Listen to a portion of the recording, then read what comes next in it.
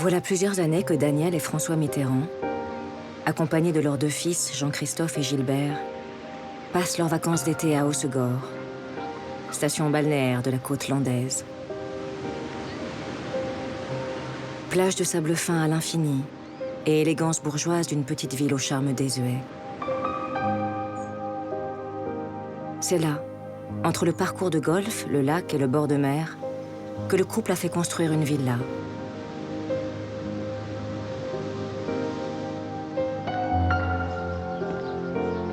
À 46 ans, François Mitterrand est assailli de doutes sur son avenir. Non seulement sa carrière politique est pratiquement à l'arrêt, mais après plus de 15 années de mariage, la relation entre les époux Mitterrand s'est peu à peu distendue. Daniel et François font désormais chambre à part. Le couple a décidé que chacun pourrait vivre librement des aventures amoureuses de son côté, même si le mariage, lui, n'est pas remis en question. Et Daniel de tomber amoureuse du jeune Jean Balanchi, dont elle partagera la vie pendant plus de 20 années.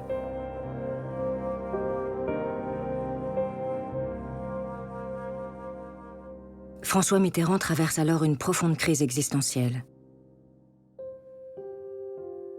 Et c'est à ce moment-là qu'il rencontre celle qui va redonner un sens à son existence.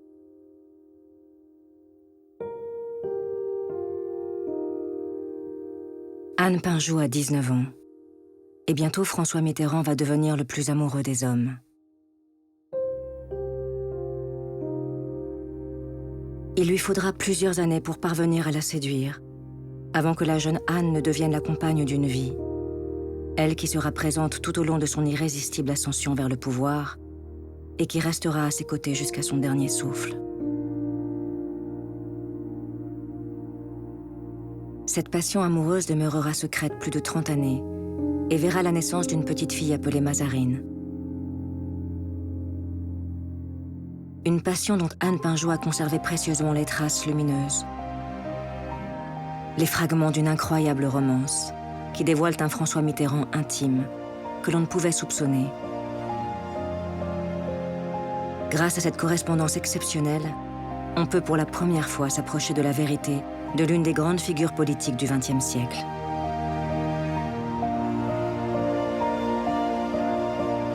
Plus de 1200 lettres, écrites entre 1962 et 1995. Et plus de 700 pages d'un journal que François Mitterrand a réalisé jour après jour sur 22 blocs de papier à lettres, qui vont nous raconter la bouleversante histoire d'amour entre un homme dans la force de l'âge et la jeune Anne, qu'il aimait tant.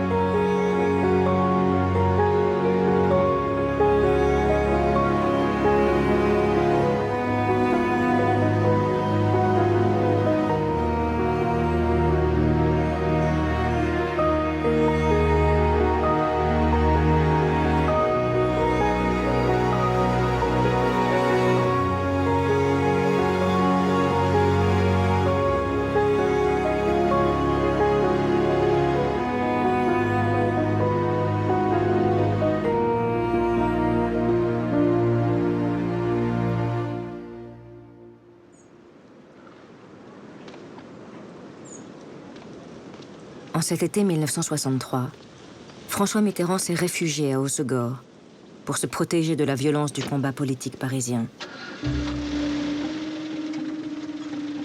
Celui qui a été le plus jeune ministre de l'histoire de la République et qui a multiplié les postes ministériels les plus prestigieux de 1947 à 1957, a vu son horizon politique s'obscurcir durablement en 1958, lors du retour au pouvoir du général de Gaulle, qui a depuis marginalisé toute opposition. Attention, la voiture, la face est dangereuse.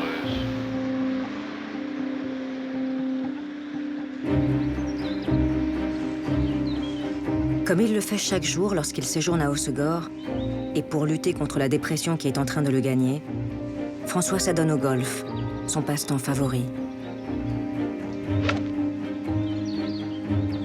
C'est sur le Green qu'il a sympathisé depuis plusieurs années avec un industriel clermontois, Pierre Pinjot, qui fabrique des pièces de métallurgie, notamment pour les usines Michelin.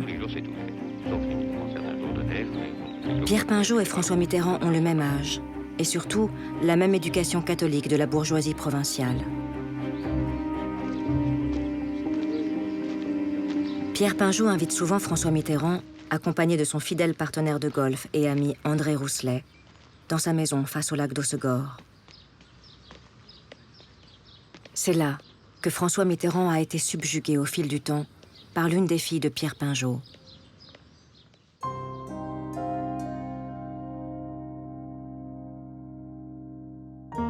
En cette année 1963, Anne Pinjot a 20 ans et elle est resplendissante. Belle, vive, passionnée d'art. Anne éblouit François, qui reconnaît chez la jeune fille cette indépendance d'esprit si rare dans les milieux conservateurs. C'est pendant cet été 63 que se noue une timide relation amicale. Premier rendez-vous, seul à seul, sur une plage sauvage, le 15 août. Anne est très impressionnée par l'ami de son père, si prévenant et si cultivé. Elle est touchée de l'intérêt qu'il porte à ses goûts artistiques. Et quand l'été se termine, François fait promettre à Anne qu'une fois à Paris, elle lui enverra un mot en souvenir de leur promenade. Alors, en octobre 1963, le député de la Nièvre prend le prétexte de cette lettre pour débuter une correspondance avec la jeune fille de bonne famille qu'il voudrait revoir à Paris.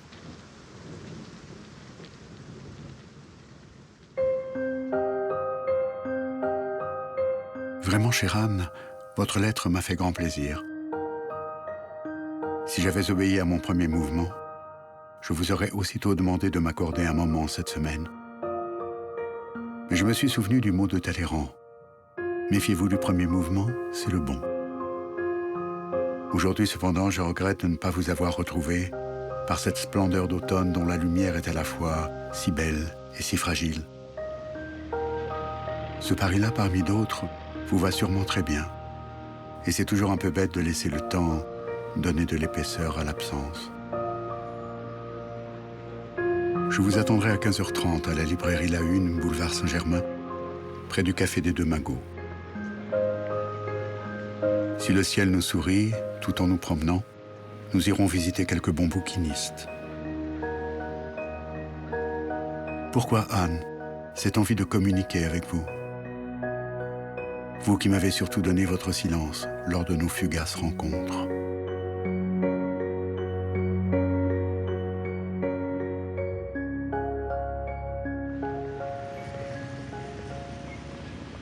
Une première lettre, puis une seconde. Avant des dizaines qui racontent les rendez-vous fixés à l'avance sans pouvoir se téléphoner. Pour une balade place Saint-Sulpice, au Jardin du Luxembourg, ou rue de Fleurus. Des lettres qui vont surtout nous dévoiler la naissance chez François Mitterrand d'un irrésistible sentiment amoureux. Merci, Anne, pour la rue Vieille du Temple. Merci pour le chevet de Notre-Dame. Merci pour la passerelle de l'île Saint-Louis. Merci pour le boulevard Montparnasse. Merci pour vos Girards. Merci pour mes pas heureux d'un soir heureux dans ce Paris heureux. Merci de m'avoir rendu avec votre présence, la présence du goût de vivre, d'aimer, de rire, de chercher, de comprendre. Je songe à notre promenade en forêt de Fontainebleau, à notre chemin perdu, à votre gaieté revenue. J'ai l'impression d'avoir voyagé avec vous dans un monde sans traces et sans itinéraire. Le village où nous avons dîné n'a pas de nom. La route ne finissait nulle part. La pluie tombait d'un ciel obscur, créé seulement pour abriter notre lente marche en avant. Et Anne, le goût de vous dont je ne pourrais plus me séparer, c'était comme un rivage jamais visité, de l'autre côté d'un fleuve sans mémoire.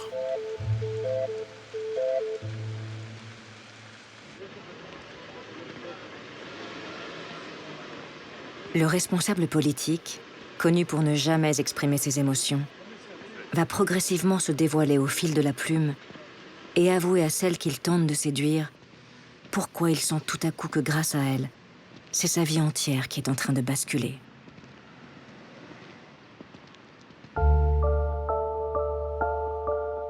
L'évolution que je sens en moi, le réveil de forces endormies, le besoin irrésistible de dépasser mes propres forces dans tous les domaines de la pensée et de l'action, ont coïncidé avec votre présence soudaine, imprévisible. Oui, je traverse une crise qui me bouleverse. Vous m'aidez parce que vous êtes là, parce que vous êtes un point de repère, parce que vous jalonnez mon existence quotidienne de moments lumineux. Pour la première fois, je sors de moi. Si vous saviez comme j'ai appris à garder pour moi seul mes rêves, mes ambitions, mes peines. Mêlé trop tôt à des collectivités indifférentes ou brutales, j'ai dû composer ma force autour d'un raidissement intérieur que rien ne pouvait fléchir. Ni la joie, ni la paix ne venaient plus me visiter. Avec vous, j'échange, je communique, je communie. Je suis comme délivré. Si je constate, Monsieur le Premier ministre, que par l'article 20 de la Constitution... Dévoré par la politique, François Mitterrand partage son temps entre l'Assemblée nationale et la petite ville de Château-Chinon, dont il est le député-maire. Une implantation dans la Nièvre devenue vitale pour résister au gaullisme ambiant. Pourtant, François prend le temps d'écrire à Anne Pinjot jusqu'à plusieurs fois par jour. Écrire pour exprimer à toute force ce sentiment amoureux qui le submerge et qu'il ne peut plus garder pour lui.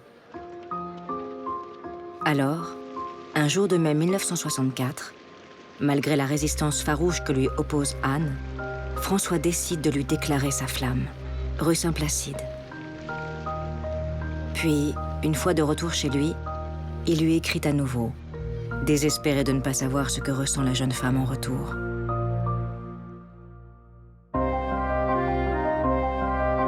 J'ai posé votre photo devant moi, sur mon bureau. Je viens de vous quitter. Je pense à vous aussi tendrement qu'il n'est pas possible qu'en cet instant votre cœur ne le sache pas.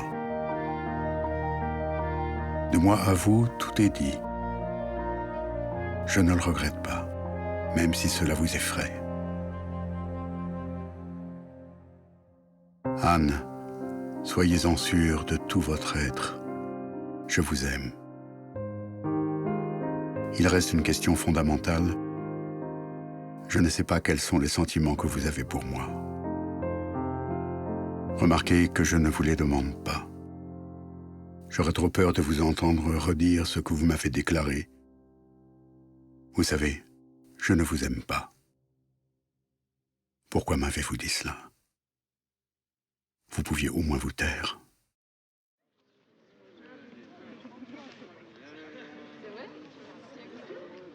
Anne Pinjot est venue à Paris pour s'initier au mystère du vitrail à l'École des métiers d'art.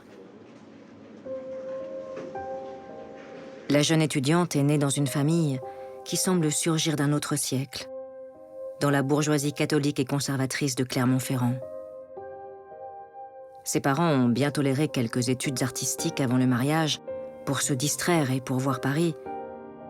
Mais dans son milieu, la destinée des jeunes filles, c'est de devenir épouse et mère, après avoir écumé les rallyes traditionnels pour rencontrer son futur mari. Pas question qu'une fille de bonne famille puisse imaginer un jour travailler. Alors l'irruption de François Mitterrand, si cultivé, si passionnant, est comme une bouffée d'oxygène qui ouvrirait des horizons jusque-là interdits. La jeune fille est tiraillée.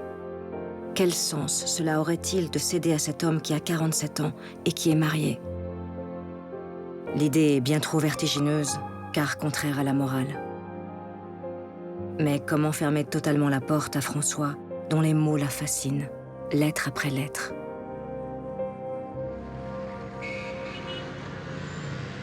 Alors, comme pour forcer son destin, Anne va accepter des balades de plus en plus régulières, le jeudi après-midi ou le dimanche.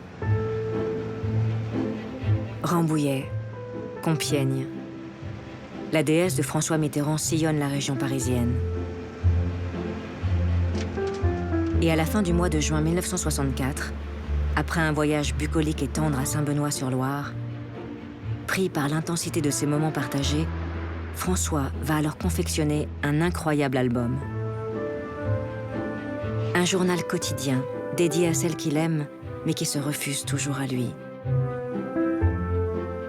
Un document extraordinaire, qui débute après presque une année de lettres et de ballades, et dans l'espoir que cette relation se concrétise enfin.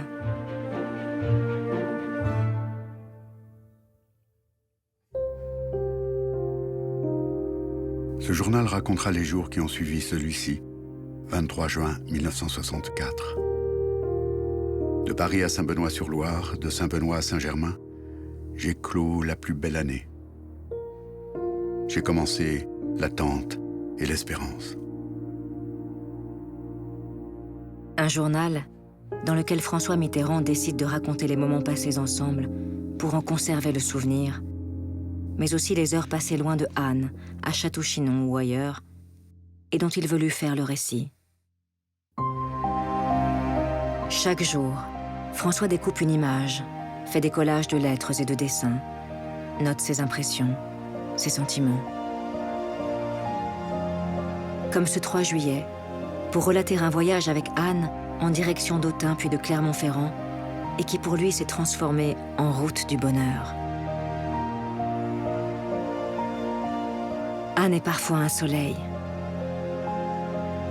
Elle est une Marianne sur un timbre-poste qui signifie la joie de recevoir une lettre. Une gargouille qui garde ses distances avec son soupirant. Mais en cet été 1964, elle est surtout une vague qui est en train d'engloutir François Mitterrand. Je le sais aujourd'hui plus que jamais. Anne est ma joie, ma grâce, mon espérance. Parfois, je m'étonne de la place qu'elle occupe dans ma vie. Surprise de l'âme qui doute du bonheur.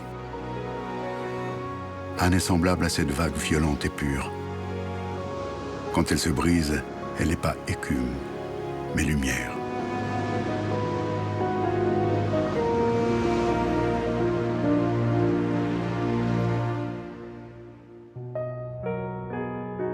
Sous la plume et les collages de François Mitterrand, défilent ainsi les jours et les semaines d'une bouleversante conquête amoureuse. François reste subjugué, et il est parfois tétanisé par les émotions qu'il ressent. Ce Christ mort d'Holbein, je scrute son message. L'amour de toi m'occupe tant que me voici semblable à lui, nu, devant une vérité que j'ignore, dépouillé, meurtri. Anyone who ever dreamed could look at me and know I dream of. La jeune femme de 22 ans fait découvrir à François la musique de son époque, comme ce tube de l'année 1964 de Dionne Warwick.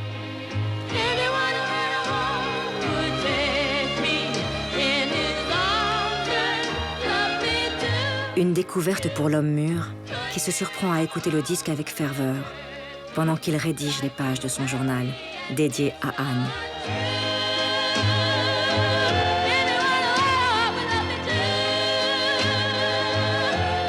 J'écoute Dionne Warwick. Je me saoule de musique. À Anne, je dis ce que mes pensées me dictent sur le moment. Mais je lui exprime aussi un vœu, pour moi très important. Aller davantage aux sources de l'émotion esthétique et spirituelle.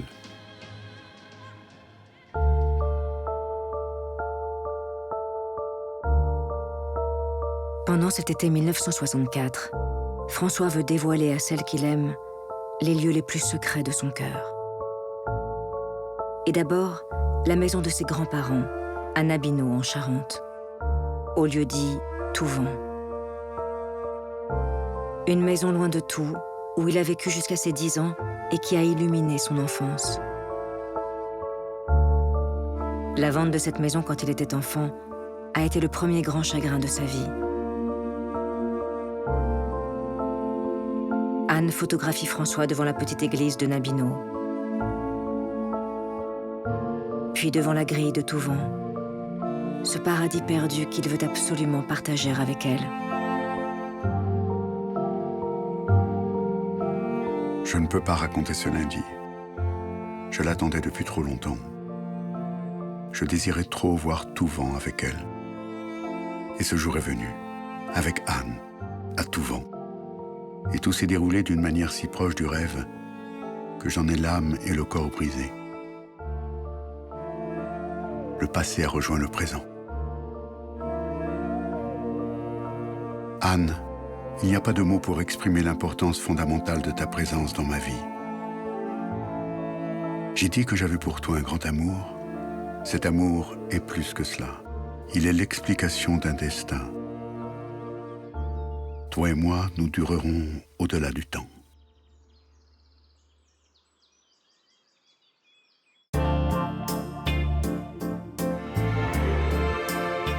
À l'automne 1964, Anne résiste toujours à ce déferlement amoureux. Mais la déesse de François est comme un refuge dans lequel la jeune femme accepte de sillonner les routes de France. Abbaye de Fontevraud, forêt de Rambouillet, église de l'Oise, puis la Bourgogne, l'Auxois, ballades artistiques et spirituelles pleines de charme. Peu à peu, Anne Pinjot vacille et dessine leur étrange couple de promeneurs.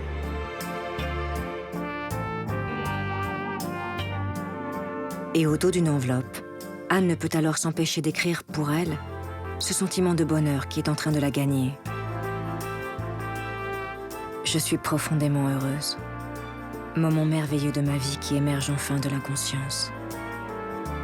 Me souvenir de ce bonheur qui est grand, solide, bon.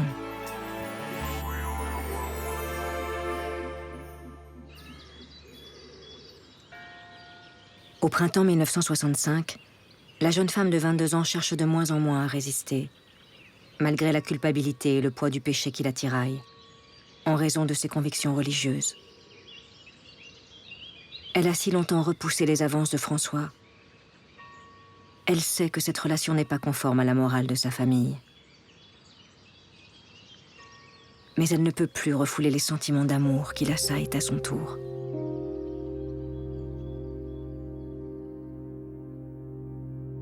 Vendredi 9 avril, vendredi 9 avril, vendredi 9 avril, 3 fois, 10 fois, 100 fois.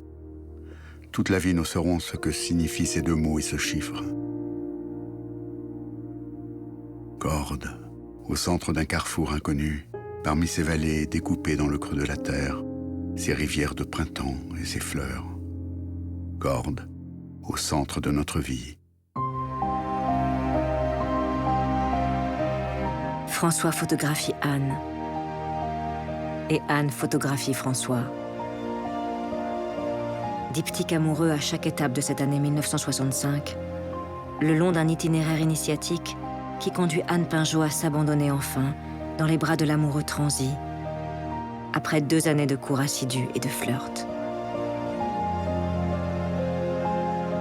Corde sur ciel, Beaugency-sur-Loire, le château de Saint-Jean-le-Priche. Et en août 1965, les jeunes amants fêtent la naissance de leur couple au bord de la Loire, à Chennehuttes-les-Tuffeaux. Comme un voyage de noces, en secret, que François et Anne n'oublieront jamais. Dans le journal, Fleurs séchées et Fleurs dessinées viennent fêter cette union charnelle de 2 prénoms.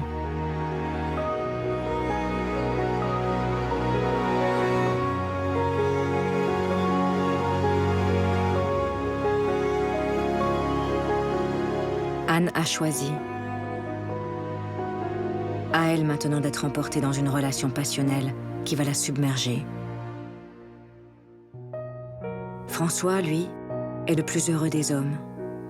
Et en cet été 1965, l'amour de la jeune femme lui donne une énergie qu'il pensait avoir perdue. Un sentiment si puissant que François Mitterrand s'apprête même à forcer le destin.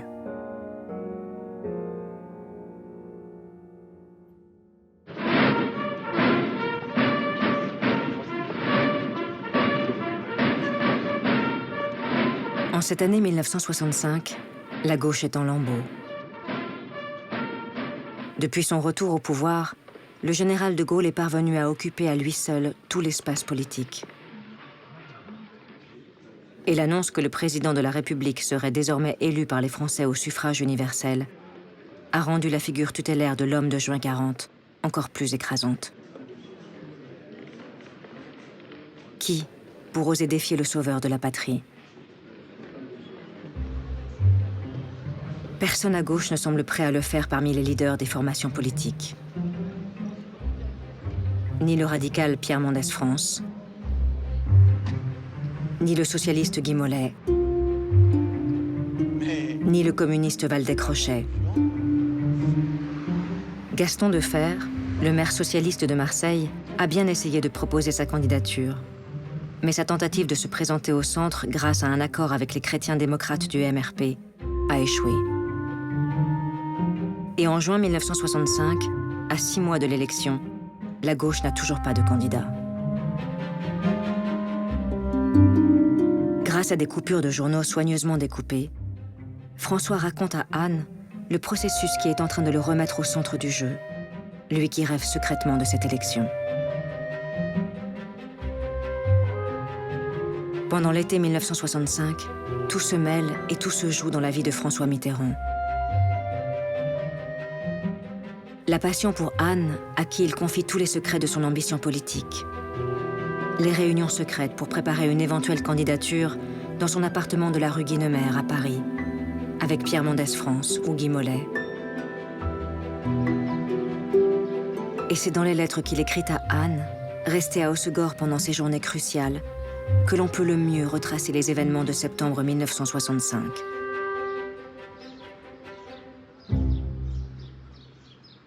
Je suis placé devant une décision à prendre dont tu sais la gravité. Certes, toute décision capitale comporte des risques extrêmes. Dois-je choisir le confort de la prudence ou la rudesse d'une vie dangereuse mais féconde? Je réfléchis, soumis à des pressions multiples et contradictoires, auxquelles je résiste avec sérénité, tant la vie intérieure que je te dois me donne la certitude d'une nouvelle dimension. Mon amour, je ne connais plus le rythme des heures. Le climat surchauffé des grandes veillées politiques m'enserre. Sache que j'ai besoin de toi actuellement comme jamais, et que je crois à la communion des esprits, et que tu es l'être qui m'accompagne.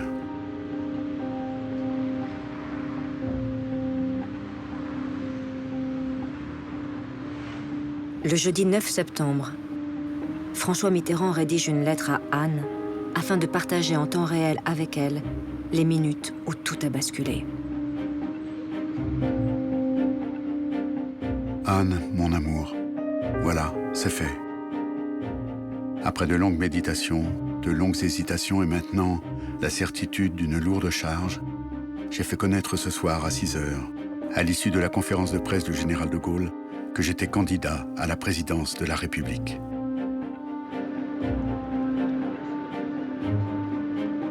François Mitterrand a une conviction dont il s'apprête à faire une arme fatale. C'est à gauche qu'il faut se présenter, et non au centre. Et une candidature à gauche n'a de sens que si elle est soutenue par les communistes. Certes, Guy Mollet et Pierre Mendès France ne veulent pas entendre parler d'un soutien communiste. Mais François Mitterrand compte bien parvenir à leur tordre le bras. Et dans son journal, à la date du 15 septembre, François fait à Anne une confidence lourde de sens. Il a négocié directement avec le Parti communiste un éventuel soutien à sa candidature. Nul ne le saura que toi. Chez Dumas, j'ai rencontré Waldeck-Rochet et j'ai mesuré la capacité de résistance de son parti. Et alors que le candidat doit organiser sa première conférence de presse à l'hôtel Lutetia le 21 septembre à 15h, François n'hésite pas à quitter Paris les 2 jours précédents. Pas question de renoncer à une escapade amoureuse avec Anne, malgré l'importance du moment. Les amants arrivent à Beaugency-sur-Loire, la veille de son allocution. L'abbaye de Beaugency. Nous y dormirons notre 7e nuit. Dès cet après-midi, l'union d'allégresse. Ton corps, ton regard. Ô violence désirée. Je travaille à ma conférence de presse. Tu es là, compagne, tendre Anne. Tout est si beau dès que nous sommes liés. Mardi 21 septembre, réveil à 6h. Joie de cette chambre qui s'emplit des rumeurs du fleuve. Joie de ce visage de tendresse que tu m'offres avant la lumière du jour. Beaugency, Paris. Nous y sommes à 9h. Matinée de travail. Et c'est ma conférence de presse.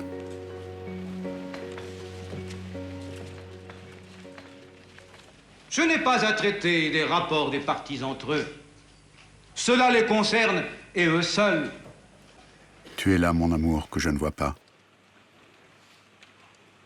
Tu m'entends. Je pense à toi.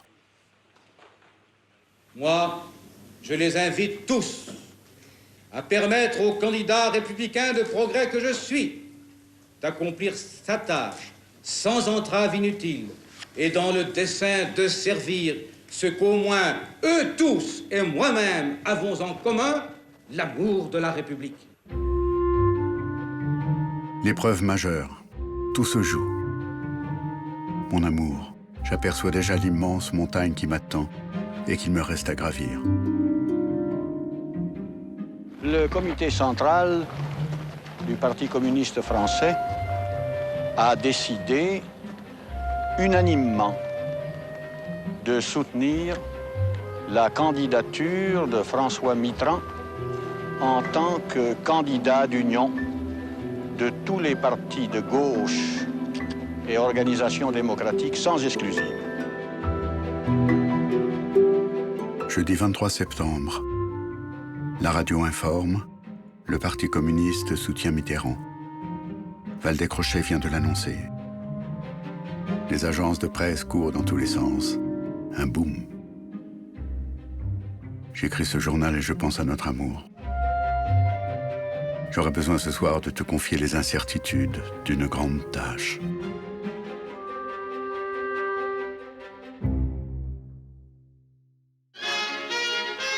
François Mitterrand, âge 49 ans, maire de Château-Chinon et député de la Nièvre.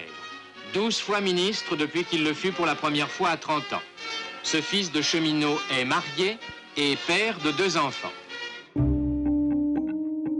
L'heure est bientôt à la campagne officielle. François choisit de s'afficher en famille avec Daniel et leurs 2 grands-fils Jean-Christophe et Gilbert. Daniel, fidèle d'entre les fidèles, répond présente pour François et joue le jeu de la folle ambition de son mari. Même son compagnon, Jean Balanchi, qui partage la vie de Daniel depuis plusieurs années, sera de l'aventure et servira à l'occasion de chauffeur et d'assistant au candidat de la gauche. François Mitterrand devient soudainement un candidat sérieux pour l'entourage du général de Gaulle. Alors, en pleine campagne présidentielle, le pouvoir met sur écoute la ligne téléphonique du candidat de la gauche. La justice, lorsque la gauche est au pouvoir, Il faut tenter d'obtenir des informations compromettantes. Des écoutes qui remontent directement au conseiller de l'Élysée Jacques Faucard, homme de confiance du général et spécialiste des missions secrètes.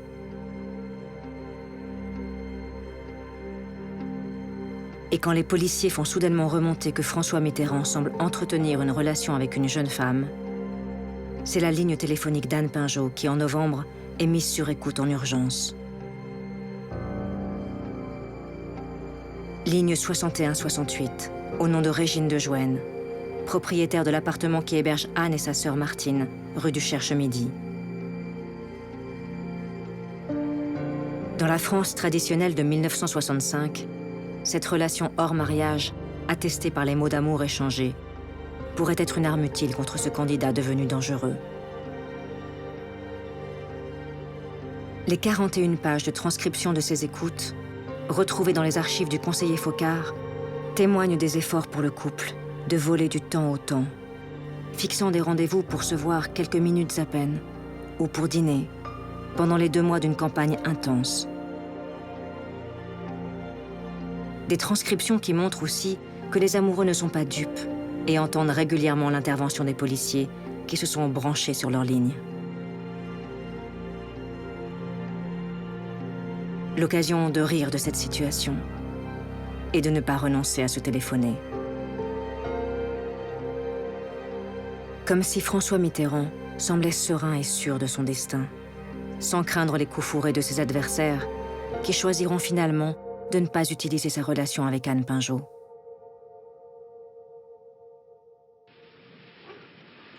Au soir du premier tour, le 5 décembre 1965, le général de Gaulle, avec 45% des voix, est en ballottage, à la grande surprise des commentateurs.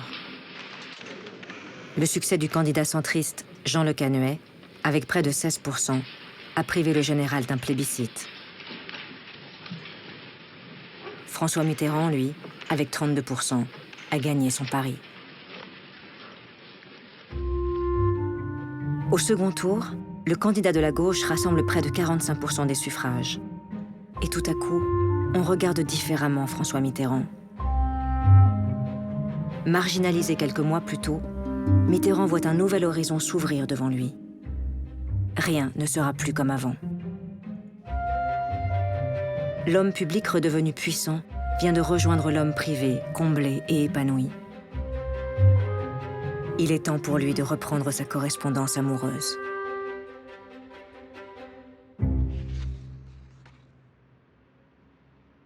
Samedi 1er janvier 1966. Minuit. Champagne. Tous s'embrassent. Je vais vers toi et te dis « Bonne année, ma chérie ». Quelques instants plus tard, tu sors, je te rejoins. Tristesse. Premier de l'an ensemble. Pour Anne Pinjot, les difficultés d'un amour caché ne font que commencer. La romance va aussi rimer avec souffrance pour la jeune femme, confrontée aux absences d'un homme tout entier absorbé par ses nouvelles responsabilités politiques. Une souffrance dont la plus vive des blessures va être une promesse non tenue. Cet espoir déçu, c'est une maison landaise en ruine, que les amoureux avaient découverte un jour de l'été 1964. Notre maison, celle que Anne et moi aimons, ressemble aux vraies demeures landaises, secrètes, perdues, silencieuses. Elle est merveilleuse sur son promontoire et encadrée d'un côté par la masse des pins et des 3 autres par de splendides chênes lièges.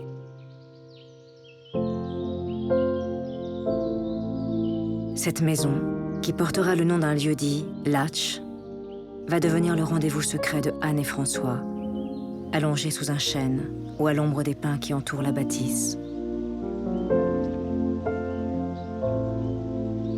Pendant plusieurs mois, à chaque rencontre à Hossegor, c'est là que le couple va se retrouver et passer des jours et des nuits entières au clair de lune. Promesse d'une maison partagée que François parvient à acheter le 1er septembre 1965.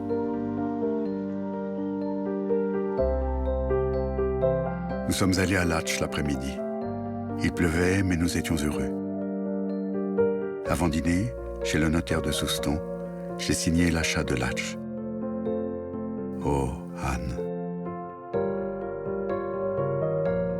Ces images de Latch, du Latch 1965, témoigneront pour notre joie.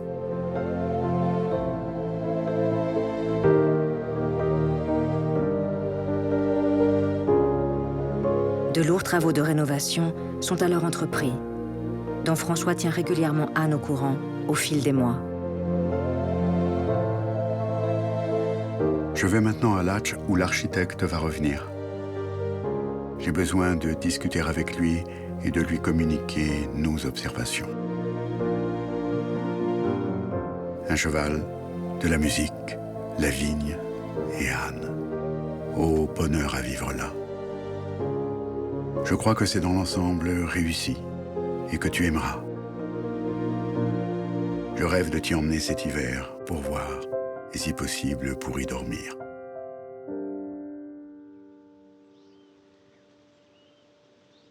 Puis de loin en loin, Anne n'entendra plus parler de Latch. C'est Daniel qui viendra sur les réunions de chantier. Les Mitterrand doivent vendre leur villa d'Hossegor afin de pouvoir acheter leur maison de la rue de Bièvre à Paris. Latch sera donc leur maison familiale pour les vacances. Alors, quand Anne reçoit une première lettre postée depuis Souston au lieu d'Hossegor, elle doit se rendre à l'évidence. François s'est bien installé en famille, dans sa bergerie. La maison vient de lui échapper définitivement. Et avec elle, c'est l'illusion d'une possible vie de couple qui s'envole pour de nombreuses années.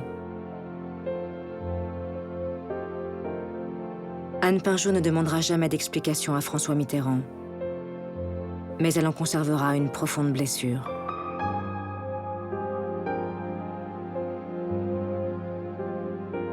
Désormais, François Mitterrand va organiser sa vie avec pour seul guide la liberté. Liberté d'abord de rester marié avec Daniel, qui demeurera jusqu'au bout la complice d'une vie, et de cohabiter avec son compagnon Jean Balanchi, d'abord rue Guénemer, puis rue de Bièvre. D'autant qu'à cette époque, un homme divorcé n'a aucune chance de réussir sa carrière politique. Vous vous sentez très différent de ce que vous êtes en représentation publique. Le rôle est si différent qu'il est difficile de répondre clairement à votre question. Mais pour ma part, je m'efforce dans ma vie publique de ne modifier en rien mon comportement d'homme privé. Je ne vois pas pourquoi je prendrais un masque. Madame Mitterrand, si je vous demandais de me faire un portrait de votre mari. Oh, ça me serait très difficile. Ça me serait très difficile de le faire en quelques mots parce que c'est quand même un être assez complexe et... Pas complexe, mais... Oh, je sais, c'est très difficile à dire en quelques mots.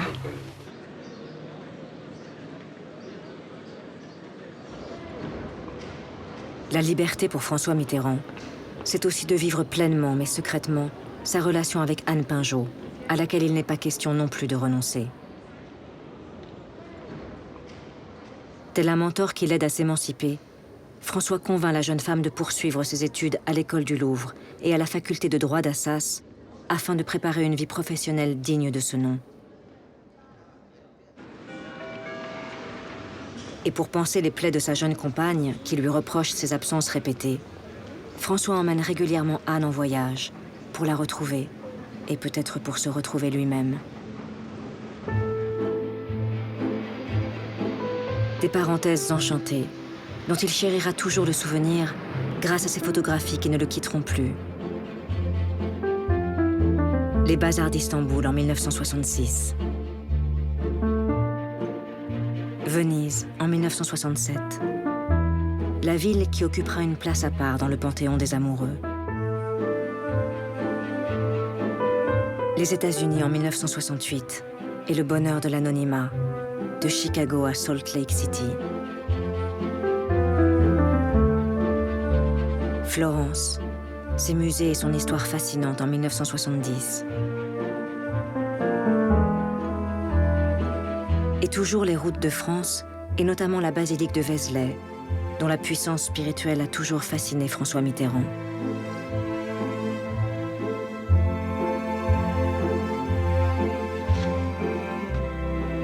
Mais pour Anne, ces instants éblouissants sont bien trop rares. La vie, la vraie, doit être partagé au quotidien, et pas uniquement lors de quelques week-ends volés.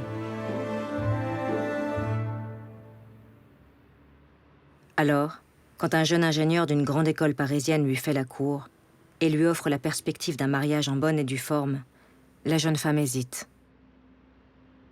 Doit-elle se libérer de l'emprise de François Mitterrand et répondre à l'attente de ses parents qui ne comprennent pas qu'elle tarde à se marier?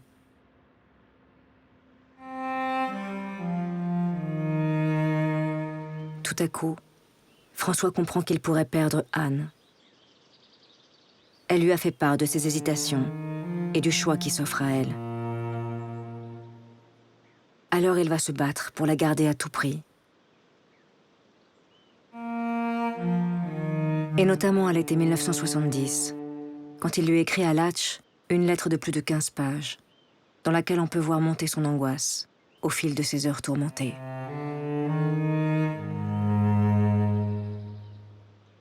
Latch, 14 juillet 1970. Je t'ai aimé sans partage depuis le mois d'août 1963. Oh Anne, comment peut-on détruire un tel lien? Mon rêve de 8 années. Et voilà la solitude qui me mord la poitrine. Cette maison qui t'a fait mal parce que je t'ai fait mal, je la regarde comme une étrangère. Je n'ai plus de pays si tu es loin de moi. Je ne supporte plus rien.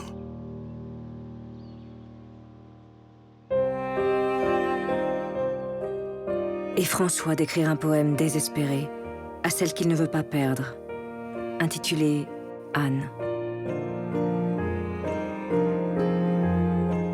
Pour l'amour que je t'ai mesuré, pour la paix que je t'ai refusée, pour les heures que je ne t'ai pas données, pour l'espérance délaissée, je te demande pardon, Anne. Pour les paroles inutiles, pour les silences distraits, pour les rendez-vous manqués, pour les pas dispersés, pour les prières oubliées, je te demande pardon, Anne. Pour la ferveur de chaque jour, pour l'attente de chaque nuit, pour la pensée de chaque matin, pour la passion de chaque étreinte. Pardonne-moi, Anne. À force de pages et de pages de déclarations enflammées, à force de mots qui éblouissent, François Mitterrand parvient toujours à faire douter Anne, qui écrit pour elle ce tiraillement permanent qui la déchire.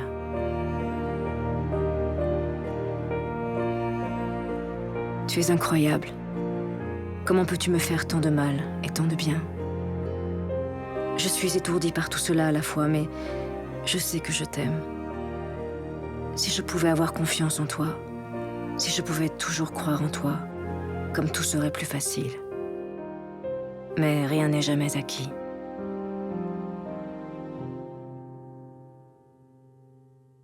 Dans la situation de ces derniers mois, ces dernières semaines, une élection présidentielle. En cette année 1971, la politique n'est jamais loin dans la correspondance foisonnante que François Mitterrand entretient presque quotidiennement avec Anne Pinjot. Et lorsqu'il s'apprête à prendre la tête d'un nouveau parti socialiste en juin à Épinay, lors d'un congrès qui va faire définitivement basculer son destin politique, il prend le temps d'écrire chaque jour à Anne une carte postale pour partager avec elle dans l'instant ces heures cruciales.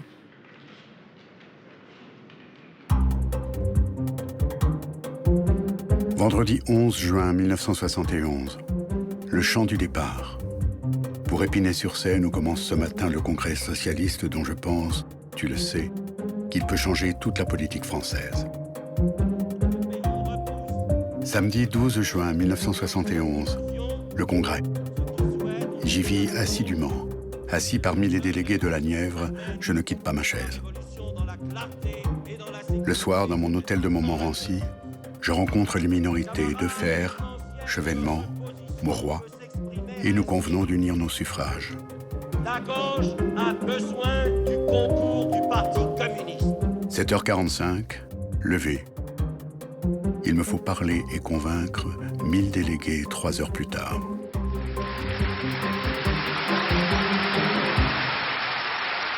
Dimanche 13 juin 1971.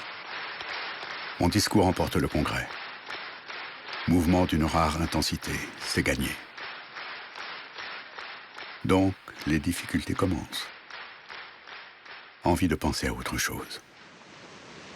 De l'eau qui descend en torrent sur la roche, du ciel profond, toi près de moi marchant parmi les herbes fleurs de juin, ton beau regard vert, et la passion, le plaisir, la paix d'un après-midi de bonheur. Affaire de décor, changer de lit, changer de corps.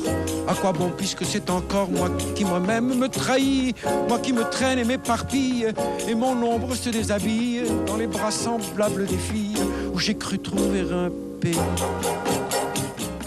François veut croire que les crises sont maintenant terminées et que Anne, qui a 28 ans, va rester à ses côtés. Moments magiques passés ensemble à écouter Léo Ferré chanter les poèmes d'Aragon. C'est comme la rumeur, je m'endormais comme le bruit. Est-ce ainsi que les hommes vivent? Une émotion violente nous étreint. Nous écoutons notre disque Ferré-Aragon. Tu es assis sur le tabouret et moi dans le fauteuil bleu. Tu me serres dans tes bras, visage contre ma poitrine. Nous nous unissons à vouloir nous incruster. La pièce était-elle ou non drôle? Moi, si j'y tenais mal mon rôle, c'était de n'y comprendre rien. Certain d'avoir remporté le cœur de la jeune femme, François emmène Anne à Vienne, en Autriche, en octobre 1971. Amour passionné, symbolisé par cette photographie qu'il aime, car elle représente pour lui la certitude que cet amour est toujours là, toujours fort. Mais il n'en est rien. Anne est épuisée par les tourments que lui inflige cette relation. Elle ne supporte plus cette vie dans l'ombre, ce poids du secret, cette passion qu'elle ne doit garder que pour elle, et dont même ses parents ne doivent pas être au courant. Anne hésite vraiment à se marier avec un autre. Cette fois, c'est décidé. Elle quitte François Mitterrand, comme elle l'écrit dans une lettre de rupture. Si l'amour libre me prive de maison, d'enfants, d'espoir, de calme, de sécurité, de dignité, il doit au moins rester libre. Non, je n'ai pas de devoir envers toi. Je t'ai appartenu de 19 à 28 ans.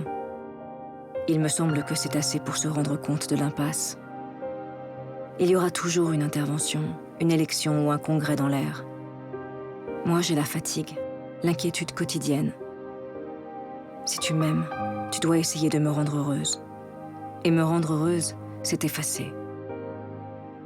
Si je te fais mal, c'est qu'on ne peut se détacher de quelqu'un qui vous tient les poignets qu'en mordant. Essaye de comprendre. Nous luttons chacun pour notre vie. Et puisque nous ne pouvons lutter ensemble, je te demande de me laisser choisir. En lisant cette lettre que Anne lui tend, François sent le sol se dérober sous ses pieds, comme il l'écrit dès le lendemain. Le coup de poing, la meurtrissure, l'absence. Ce matin, mon corps n'est qu'une plaie intérieure. Je ne sens pas mon âme. Nous rentrions à pied. Tu me fais lire sans me la donner une lettre de rupture. Tu as des mots de cruauté. Anne François, ça n'a jamais existé.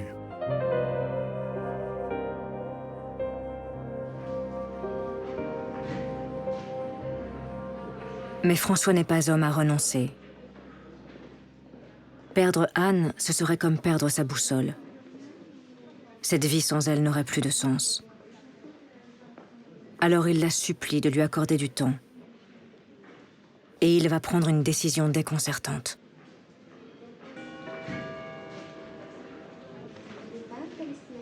Mon cher amour, je me suis battu contre toi. Parce que je t'aimais, j'ai mendié du temps.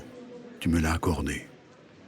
En échange, faute de courage pour vivre près de toi à Paris sans te voir, j'ai cherché un but pour que cette période de séparation soit à la fois supportable et pour nous deux féconde. Et voilà, nous y sommes. Je tremble de te perdre tant tu es lié à moi, tant je suis lié à toi. Mon avion part à 13h10, Orly Ouest, pour Calcutta. En guise de pénitence, François Mitterrand choisit, à la grande surprise de Anne, de partir en Inde, dans des bidonvilles, auprès d'un prêtre de sa connaissance.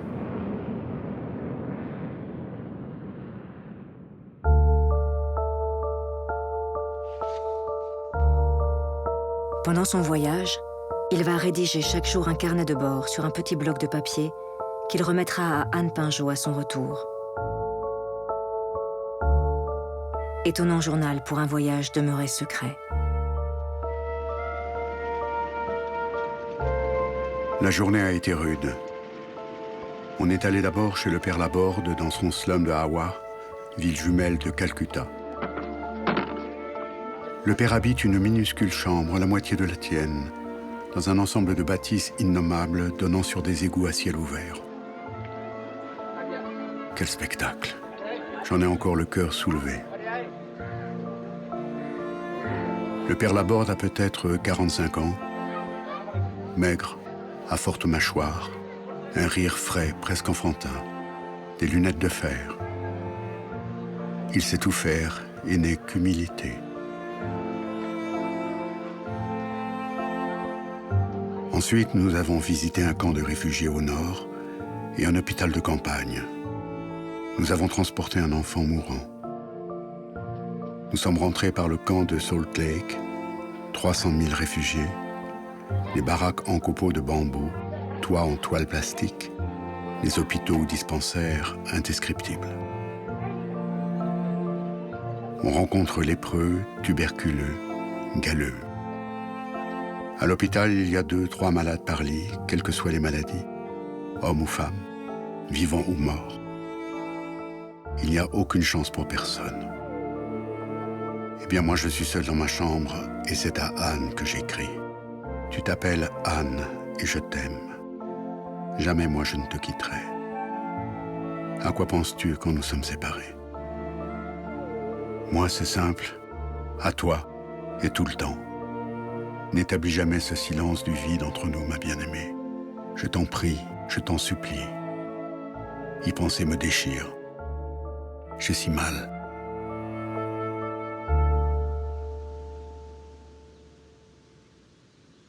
Au retour de François Mitterrand, Anne Pinjot cède et reste.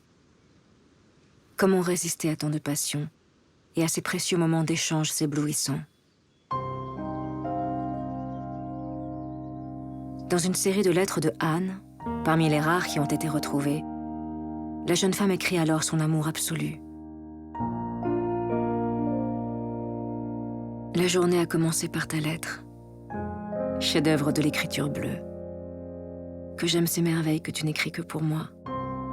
Quel privilège immense. Chaque jour, je choisis une heure tranquille pour penser à toi. J'imagine tellement ton visage, ta voix, ta chaleur. Je sais que je t'aime passionnément. Je suis bien. Voix brûlante et force de ta présence. Si je pouvais retrouver tout cela, tu es tout mon bonheur. Tu sais que tu es le trésor des trésors.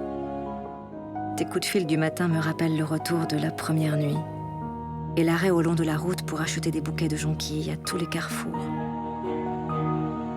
J'aime toutes tes folies, toutes celles qui arrachent d'un gluant quotidien. Ô mon créateur de joie, je vous aime.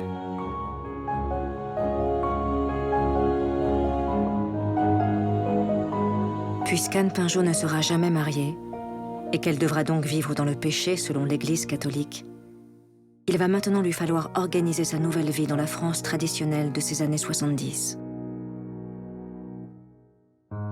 Premier objectif, l'indépendance financière. Anne réussit le difficile concours de conservateur des musées nationaux. Premier stage et premières expériences au musée de Cluny, au musée Rodin, puis au musée du Louvre.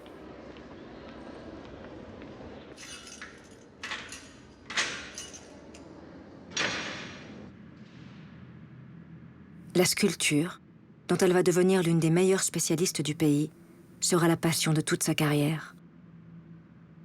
Sans cette passion, Anne n'aurait sans doute pu supporter cette vie de compagne de l'ombre. Désormais, elle a un métier qu'elle aime. Elle parvient à acheter pour une bouchée de pain un petit appartement à Saint-Germain-des-Prés. Anne sera ainsi indépendante de tous, et d'abord de François Mitterrand. Et puisque l'homme de sa vie, qu'elle vient définitivement de choisir, lui a écrit au plus fort des crises de leur couple qu'il était prêt à prendre le risque d'avoir un enfant hors mariage, malgré ses ambitions politiques, eh bien, chiche.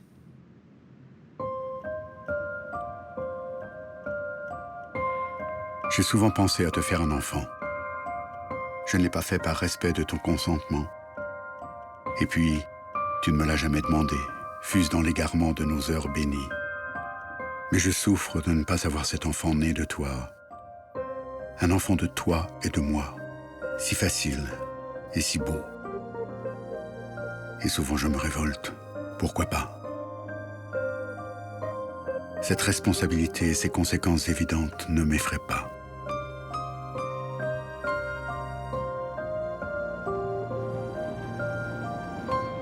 Maintenant qu'elle a un métier et un toit, Anne demande ce cadeau à François qui accepte. Emporté par l'amour et par la symphonie du Nouveau Monde de Dvorak, que les amants aiment écouter.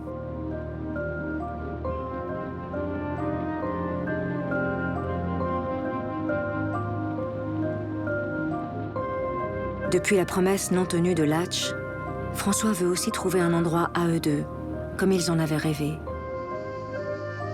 Et si un enfant devait advenir, il lui faudra bien un refuge. Depuis plusieurs années, François Mitterrand et Anne Pinjot se rendent chez leurs amis Pierre et Laurence Soudet, dans le petit village de Gordes, face au massif du Luberon. Un village de pierre presque abandonné. C'est là que François achète un terrain, dans ce lieu qu'ils ont appris à aimer tous les deux. Sur ce petit terrain, François fera ensuite construire une maison simple en pierre du pays, de plein pied. Certes, ce n'est pas Latch et ses chênes, mais ce sera Gordes et ses oliviers. Une maison, un enfant qui s'annonce avec la grossesse de Anne au printemps 1974. Un projet de vie qui va tout à coup être bouleversé par les événements.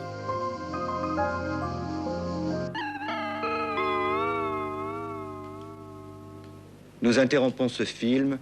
Le président de la République est mort. Un communiqué du secrétariat général de la présidence de la République vient de signaler que M. Georges Pompidou était décédé à 21h ce soir.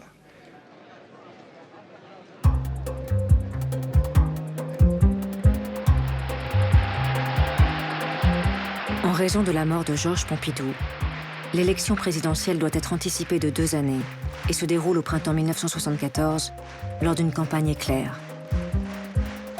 François Mitterrand parvient à nouveau à réunir la gauche tout entière derrière sa candidature.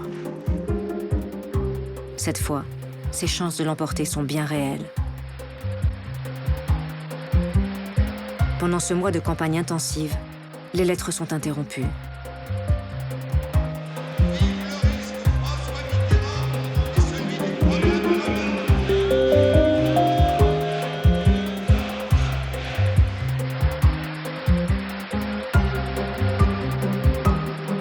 Le candidat sillonne la France et met en scène en famille son enracinement à Latch, dans ce sud-ouest qui lui est favorable. Donnez-vous pas beaucoup la représentation. Tout ça est affaire culturelle.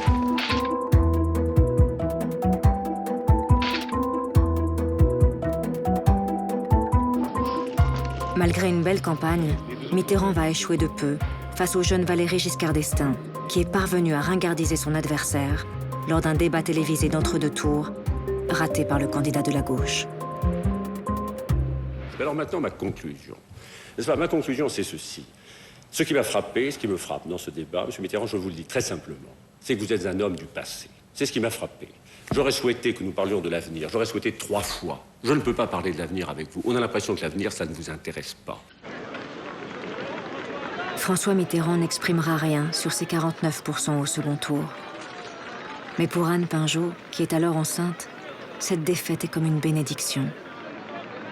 Le couple vient de gagner quelques années supplémentaires de tranquillité, qui vont être consacrées à un heureux événement. Survenu un jour de décembre 1974, dans une clinique d'Avignon.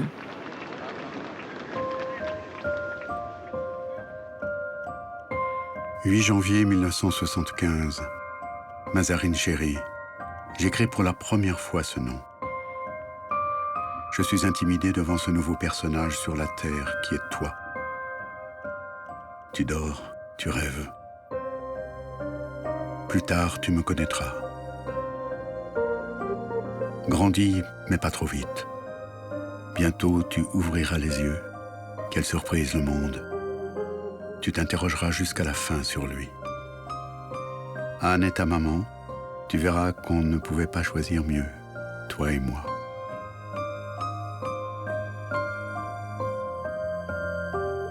Pour Anne Pinjot, ces heures éblouissantes sont aussi des heures difficiles, car il ne fait pas bon être une mère célibataire dans la France des années 70. Anne avait déjà dû avouer à ses parents sa relation avec François Mitterrand, un homme marié. Mais l'annonce de sa grossesse a été une déflagration. Si ses parents, bouleversés, témoigneront à leur fille beaucoup d'amour, il lui faudra pourtant accoucher à Avignon, loin de Clermont-Ferrand, avec la complicité et le soutien de sa sœur aînée Martine, qui, malgré le camp dira-t-on, n'hésitera pas à accueillir la maman et son bébé pendant plusieurs semaines. Puis il faudra cacher la nouvelle à la grand-mère de Anne, qui ne doit surtout pas apprendre la vérité. Et jusqu'à la mort de cette grand-mère, la petite fille sera présentée comme l'enfant d'une amie dont Anne doit s'occuper. Le secret va ainsi frapper des deux côtés de la famille de Mazarine. Car pour François, il n'est pas question non plus d'informer Daniel, malgré l'accord tacite passé entre eux de nombreuses années auparavant. Un accord qui ne prévoyait pas d'enfants supplémentaires dans la vie de François. Mais peu importe, ce bonheur même incomplet se vivra désormais à 3. Anne devient l'alliée indispensable de François. C'est elle qui tape souvent à la machine ses discours ou ses manuscrits de livres. François Mitterrand n'hésite pas à prendre tous les risques afin de vivre cette complicité avec Anne Pinjot qui l'accompagne parfois lors de déplacements politiques. Elle est même présente à Florence en 1976 lorsque la télévision prépare un portrait de François Mitterrand. Oui, j'ai parlé des portraits du paradis avec les figures gravées en fond et les sculptures en haut relief devant, pour marquer les perspectives. C'est ça la porte du paradis. C'est ça. Vous allez voir de près. Image volée par la caméra comme par accident. Mais qui est donc cette jeune femme qui accompagne souvent le leader socialiste? Personne n'ose poser la question.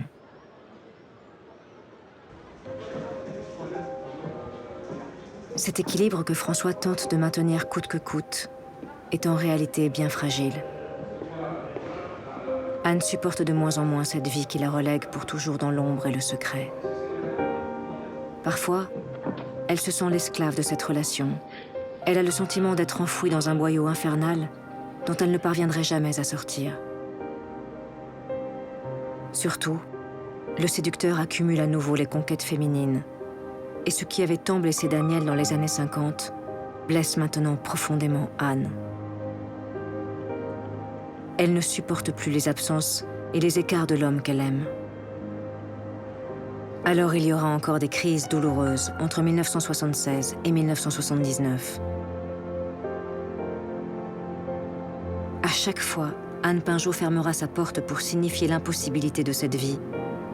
Et toujours, François Mitterrand tentera par tous les moyens de sauver leur relation, refusant de renoncer à cet amour.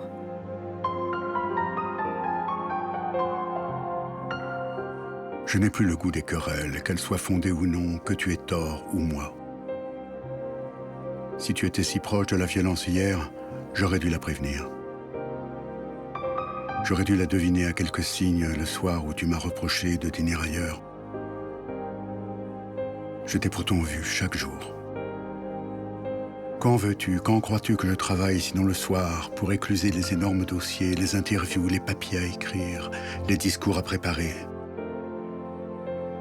Tu m'objecteras ta solitude, ta patience, ta longue espérance, ton chagrin. Je m'en veux du mal que je te fais. J'ai pourtant le sentiment de t'apporter plus que tu ne le dis, plus que tu ne le crois. J'ai envie de le hurler. Tu sais bien que je t'aime, et puis c'est tout. Il pleut à crever le cœur. C'est le moment de croire au soleil. À nous deux, nous le pouvons. Séparés, comment ferions-nous? Finalement, la passion amoureuse entre François Mitterrand et Anne Pinjot va survivre à des épreuves qui pouvaient paraître insurmontables. Anne s'est plongée à corps perdu dans son métier de conservatrice, et notamment la défense de la sculpture du XIXe siècle.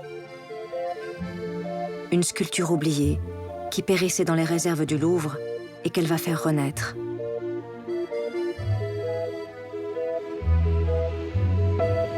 Lorsqu'est finalisé le projet du musée d'Orsay, imaginé sous Georges Pompidou, Anne Pinjot obtient de pouvoir exposer ses statues jusque-là ignorées, mais qui seront bientôt considérées comme des chefs-d'œuvre.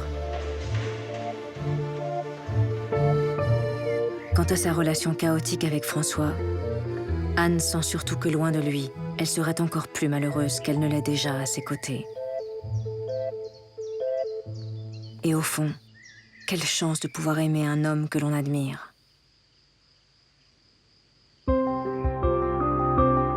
François, de son côté, n'imagine pas un instant vivre sans Anne. Et il va peu à peu réaliser que le cadeau qu'il lui a fait, en acceptant qu'elle est un enfant, c'est à lui-même qu'il vient de l'offrir, tant la petite fille va réveiller en lui des torrents de tendresse et l'énergie folle de vouloir la regarder grandir. La maison de Gordes permet au jeune papa d'être auprès de Anne et Mazarine pendant les vacances de Pâques ou pour l'anniversaire de la petite fille à la fin de l'année. Et puis, il y a l'appartement de Anne à Saint-Germain-des-Prés, où François tentera de passer presque chaque soir pour conter une histoire à Mazarine avant qu'elle ne s'endorme.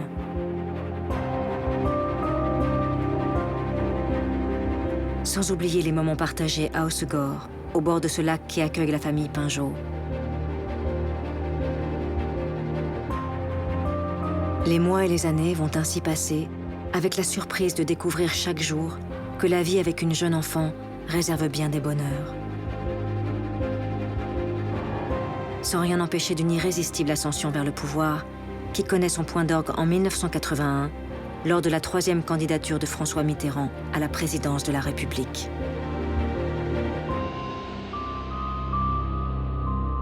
Dans quelques secondes, vous allez connaître le nom du président de la République.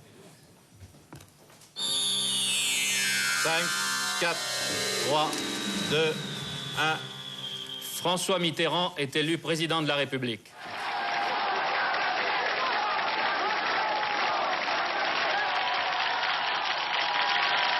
Le 10 mai 1981, François Mitterrand remporte l'élection présidentielle. Dans son hôtel fétiche du Vieux-Morvan à Château-Chinon, François téléphone à Anne en fin d'après-midi pour lui annoncer la nouvelle. Plus que jamais, sa vie avec Anne et Mazarine va devoir être cachée.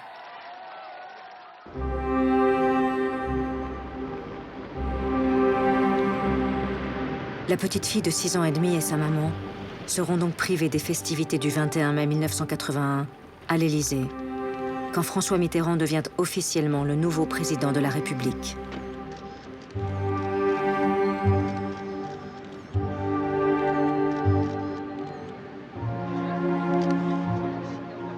L'Élysée pour Danielle Mitterrand, qui deviendra la partenaire du président tout au long de ses mandats.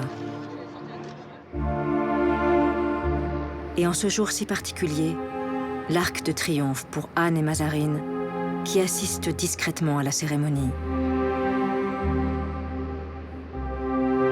La petite fille, juchée sur les épaules de l'ami fidèle Charles Salzman, observe, étonnée, le premier geste officiel de son papa devant la tombe du soldat inconnu.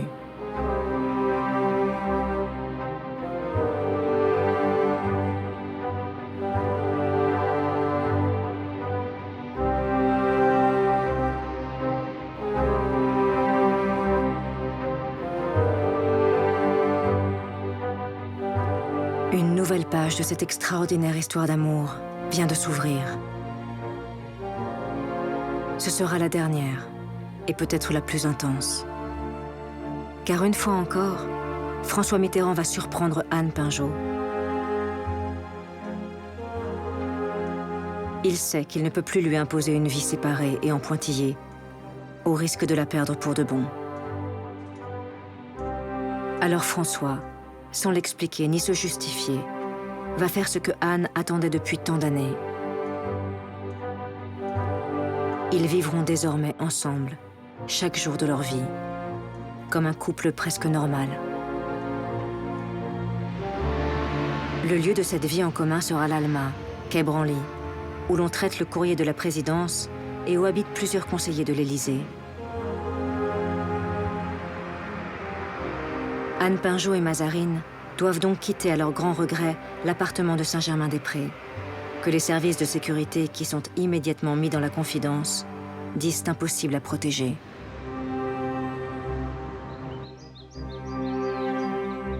L'Alma la semaine, et pour le week-end, la discrète résidence des présidents à Souzy-la-Briche. À compter de ce jour, il n'y aura presque plus de lettres, puisque le couple façonné dans les épreuves et la séparation depuis 1965 vit désormais ensemble.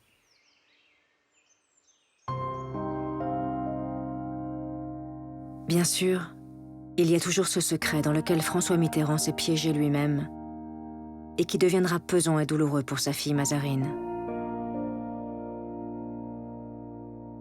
Et il y aura cette maudite maladie qui s'immisce brutalement dans leur vie dès novembre 1981. Lorsque ses médecins lui annoncent qu'il n'a qu'entre 2 mois et 2 ans à vivre tout au plus, en raison d'un cancer de la prostate, François écrit à Anne quelques mots pour signifier sa peine et son incompréhension. Jeudi 12 novembre 1981. Aujourd'hui, passé aux assises. La peine de mort est rétablie. Puis dans les heures qui suivent, il emprunte à Jacques Prévert pour exprimer les sentiments qui l'assaillent et qu'il veut partager avec Anne dans ces heures sombres.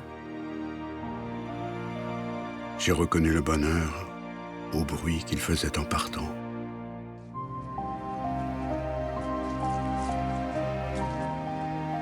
Alors, quand l'homme va se battre et gagner temporairement son combat contre la maladie, il va savourer chaque instant gagné sur la mort et chérir ces rituels qui marquent le temps qui passe. Comme ces dîners hebdomadaires le dimanche, rue de Bièvre, avec Daniel et leurs 2 fils, ou le réveillon du Nouvel An partagé avec eux à Latch, dans les Landes. Mais pendant les 2 septennats de François Mitterrand, avec leurs succès, leurs échecs et parfois leurs dérives, les albums photographiques personnels du président vont raconter une vie enfin partagée avec Anne Pinjot.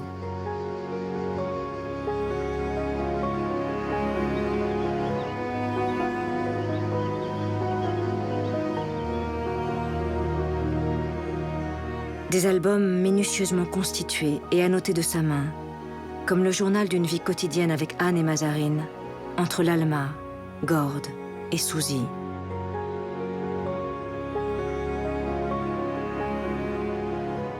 Et pour Anne Pinjot, une vie qui sera tout entière consacrée à la création et au rayonnement du musée d'Orsay.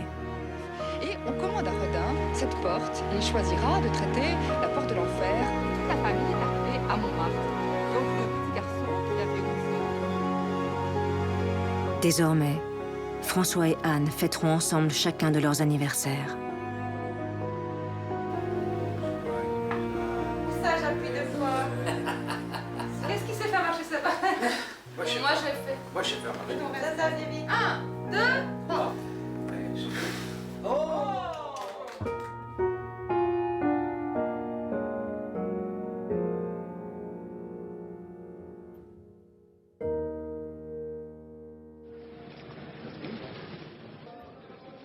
Lorsque François Mitterrand quitte la présidence de la République en mai 1995, après 14 années, l'homme est presque au bout de ses forces.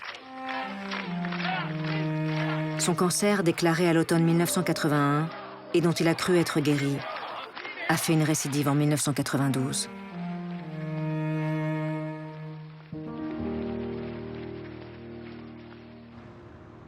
François Mitterrand va passer les derniers mois de sa vie avenue Frédéric Leplay, aux côtés de Anne Pinjot et de ses médecins.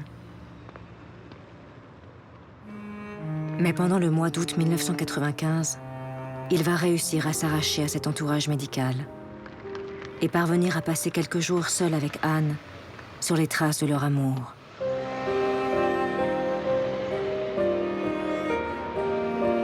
François Mitterrand, qui a tenu à tout organiser, veut absolument faire ses adieux au lieu de son enfance. Ces mêmes lieux qu'il avait fait découvrir à Anne en 1964. La petite église de Nabino, la propriété de ses grands-parents à Touvent.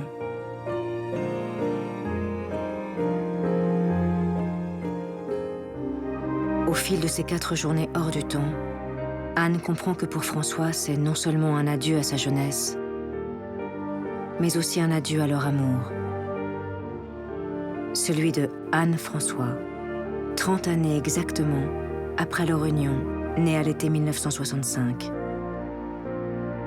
Dernière photographie, dernière lettre.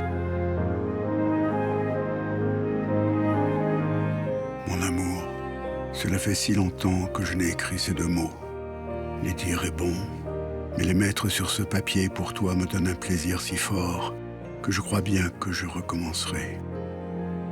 J'ai marché avenue Leplay jusqu'à l'avenue Rapp. J'en suis revenu exténué. La maladie des rayons a refait son apparition. J'ai les jambes cassées et le cœur triste. J'égrène les souvenirs. Ils ont toujours porté le nom du bonheur. Je me repais de cette vie si riche d'émotions et de beauté. Tu doutes toujours de tout quand il s'agit de moi et pourtant, je me sens si plein, si riche. J'allais écrire si fort de ce qui nous unit. Il est vrai que tu m'as tant donné. Je t'aime mal, mon vrai, mon grand, mon pur amour. Mais rien ne pourra jamais m'en défaire. J'ai peu de temps devant moi. Raison de plus pour t'aimer mieux. Une dernière lettre, la 1218e, est envoyée à Anne le 22 septembre 1995. J'ai encore eu Mazarine au téléphone, qui s'escrimait à la machine. Elle a été charmante, comme elle sait l'être. Quel cadeau tu m'as fait. Hors de toi, tout s'obscurcit. Mon bonheur est de penser à toi et de t'aimer. Tu m'as toujours apporté plus. Tu as été ma chance de vie. Comment ne pas t'aimer davantage ?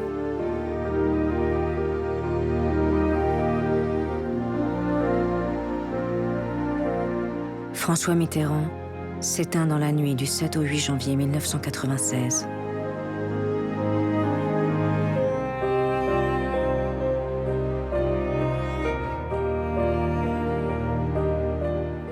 Personne n'arrivait à être aussi intéressant. Personne n'était aussi fascinant. C'est tellement important de ne jamais s'ennuyer. Qu'est-ce que c'est que l'amour? C'est quand on est plus seul.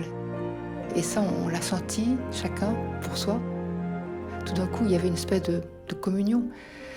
C'est exaltant.